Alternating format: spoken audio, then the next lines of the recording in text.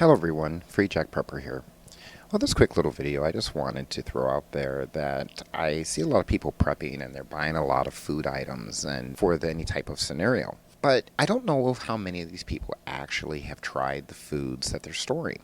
To give an example, I know a particular prepper that, because of the protein content and a long shelf life, bought sardines in abundance, but they never had them. The last time that they said that they had them when they were a little child, and of course they didn't like them. They were mustard sardines, and they said, well, I really didn't like the taste, but it's good for you, and they last on the shelf a very long time. Well, great. But have you had them? Well, sure enough, he opens up the can and he takes a big old bite of some sardines, and his facial expression was just, oh, it was comical. He didn't like them. But his phrase that he said to me is like, well, they'll keep me alive. Well, they will definitely keep you alive. But what I'm getting at is when you look at all these different supply items that you have gotten, how many of you have actually tried?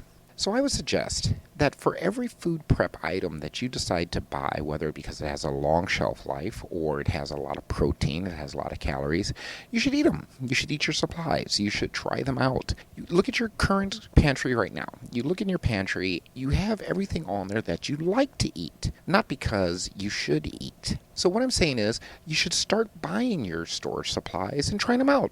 Incorporate them in your meals. Try different recipes with them. Because if you are trying to survive with more than just yourself, let's say a spouse or you have a family, they need to enjoy it as well. You have to understand that the psychological impact of any type of event, whether it be a weather or an actual grid down event, is going to be traumatic. It's going to be traumatic on you, and it's going to be traumatic on your family, especially traumatic on your children.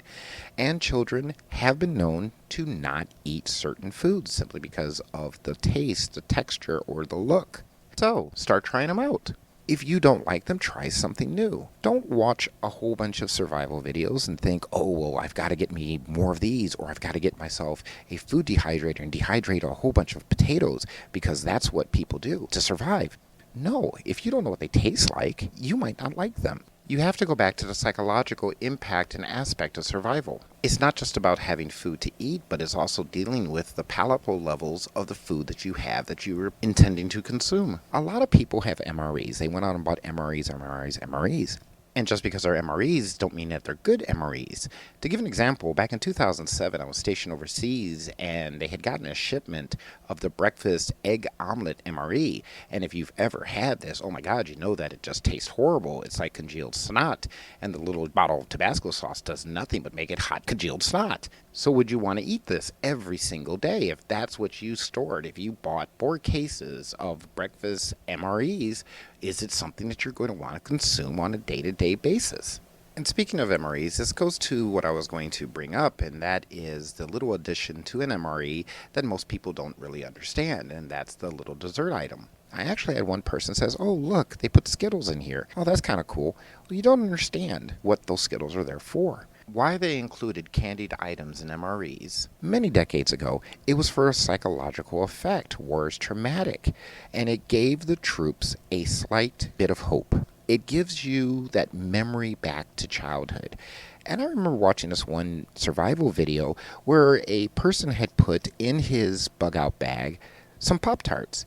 And of course, the ridicule this guy got in the comments was like, oh, that's not very nutritious. Sure, I'll give you the sugar calories, but blah, blah, blah. Shut up. Just shut up.